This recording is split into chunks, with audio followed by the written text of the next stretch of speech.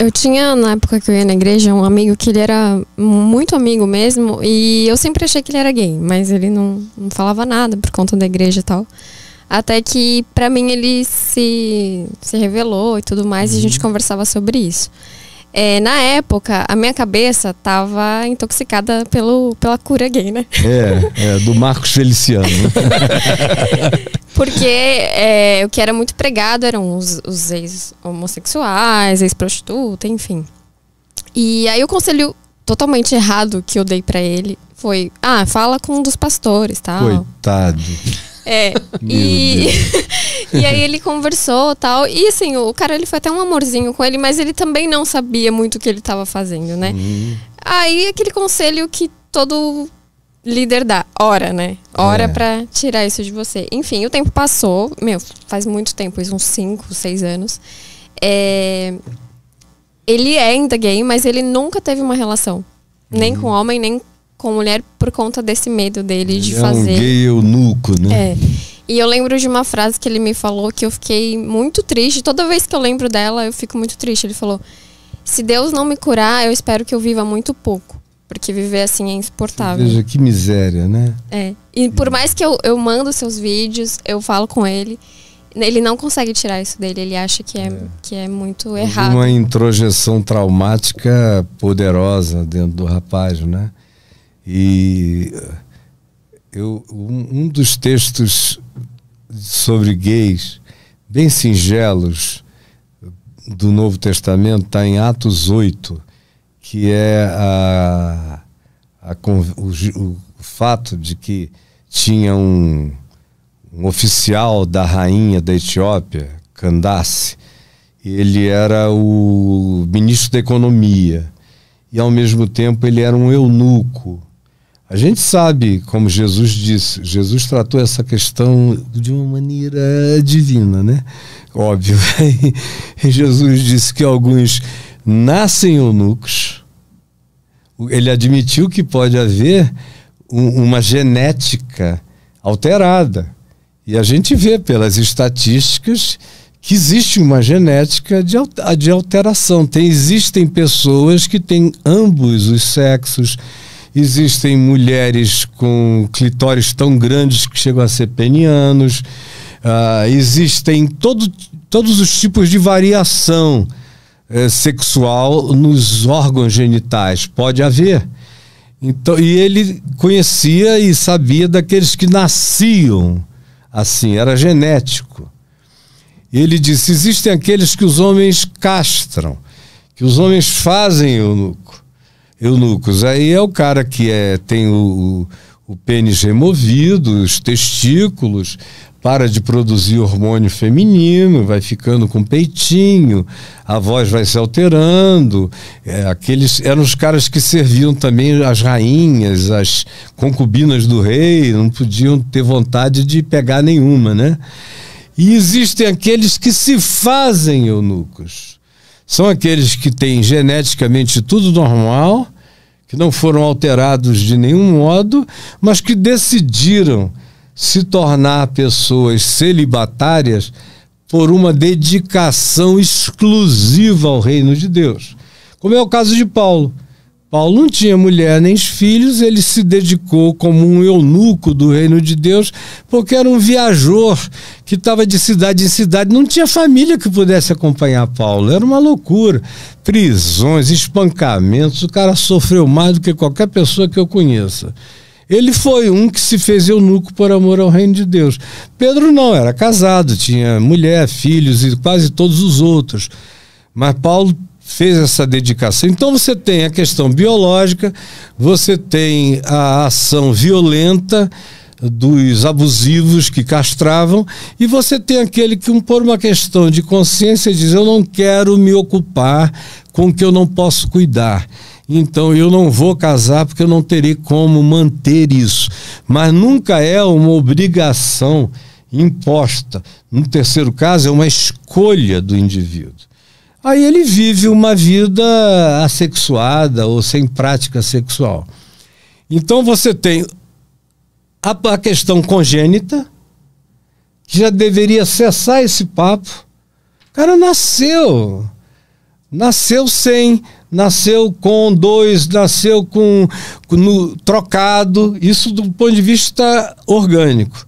Mas você também tem, e aí já é uma descoberta posterior, você tem a questão da sexualidade como degradê psíquico. Tem gente que tem organicamente todas as definições de um sexo binário, um ou outro, mas não se sentem pertencendo àquilo que o corpo deles definiu. Não se sentem. E são sinceras. Eu tive um primo que morreu agora com 69 anos, e que eu me lembro, meu Deus, ele tinha 3 anos quando eu nasci, e eu cresci com ele. A minha mãe e meu pai me diziam que ele pegava o sapato alto da minha tia, que ia para o tribunal todo dia, aí ela voltava, ele calçava o sapato, ele adorava passar o batom, se vestir de menino. O pai dele era um português duro. Meu filho, você não é mulher, meu filho, você é meu filho, você tem... E ele ficava ali, ele era um garoto gentil. Falou, tá bom, eu sei, pai, mas ninguém conseguiu. Ele foi para todos os psicólogos que a família naquele tempo, há 60 e tantos anos, enviou, foi para Copacabana se tratar e voltava cada vez mais gay. E aí eu falava para ele, relaxa, João, relaxa, mano. Você é quem você é, eu te adoro, rapaz. Você machão, ia ser uma coisa horrorosa. Ainda bem que você é quem você é. E a vida inteira eu tratei assim, e todos os que foram meus amigos, os gays sempre me procuraram, porque eu sempre os acolhi. Antes de me converter, depois de me converter, e quanto mais velho eu fico, mais acolhedor eu me torno. E mais natural é para mim. Então, você tem casos genéticos, você tem casos de trauma, que às vezes na brincadeira eu chamo de trauma-gaytizados, que são aqueles caras que optaram por aquilo que eventualmente, naturalmente não seria inclinação, mas foram abusados desde 3, 4 anos de idade até 20, 25. O cara desenvolve áreas erógenas de prazer. E aí o prazer já não é mais enfiar, o prazer é receber. E muda porque é psíquica a condição sexual, não é só biológica, ela precisa ser também psiquicamente harmonizada. O ser biológico tem que se harmonizar com o ser psicológico do indivíduo.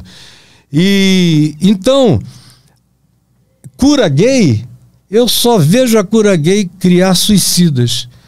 Olha, todo ano eu recebo um monte de coisas a respeito das pessoas que se suicidaram, e os filhos se suicidaram, e os pais me contam. Não, ele era gay, mas ele tinha dúvida se eu iria acolhê-lo. Ele tinha dúvida, foi e se matou. Às vezes um garoto de 14, 15, 16 anos, formando a identidade, mas tinha dúvida, o pai é pastor, a mãe é não sei o quê, são pregadores, são isso, são aquilo, e o garoto não acreditava, só via em volta a repressão, não necessariamente dos pais, mas do grupo religioso. São meus pais, no mínimo vão sofrer demais por minha causa, deixa eu me matar. Então, eu só vejo esse negócio fazer a vontade do diabo, do pai da mentira e da morte, que é gente linda e boa de Deus se suicidando porque acha que não cabe em lugar nenhum. Não cabe no amor de Deus, na graça de Deus. Então, eu trabalho contra isso. Eu quero que todo mundo desenvolva uma identidade sadia.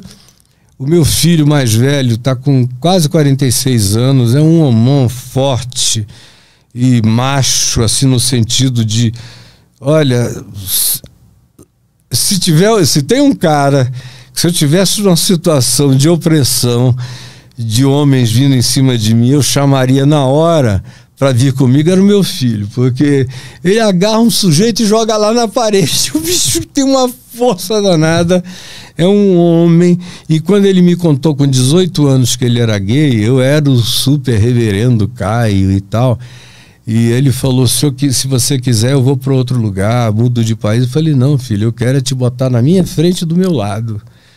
E ele falou, mas fica sabendo, pai, eu sou gay, mas você gerou um homem. Você gerou um homem. Eu sou um homem.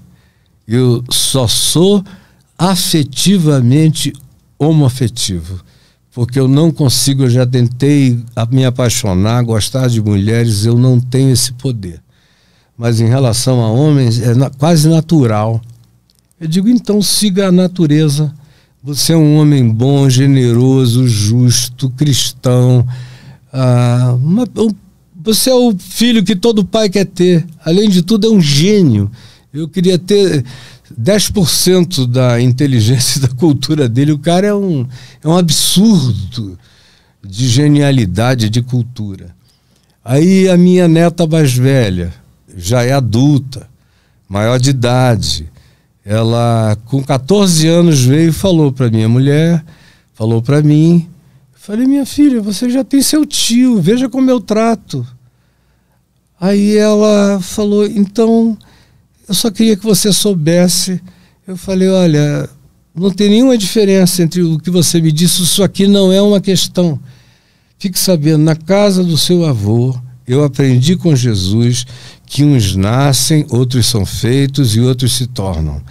E o se tornam não é apenas uma escolha de serviço dedicado. Aqui isso não é um problema, nunca será. E ela mora comigo até hoje. E meu filho entendeu, mas ela queria morar em Brasília, porque desde criança ela dizia, quando eu mudei para Brasília, que quando ela atingisse 18 anos ela iria morar com a gente.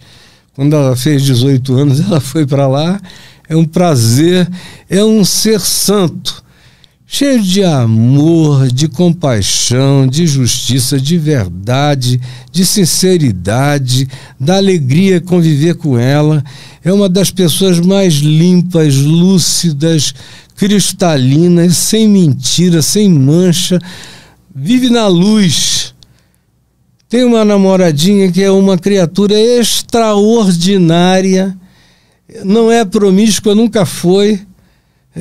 E eles normalmente, as mulheres, quando se vinculam, são relacionamentos que têm a tendência a durar a vida inteira, muito mais do que os dos homens. Se entendem melhor, é tudo melhor. Infelizmente, eu tenho que dizer que os homens é que não conseguem. E não conseguem ser tão homens quanto as mulheres.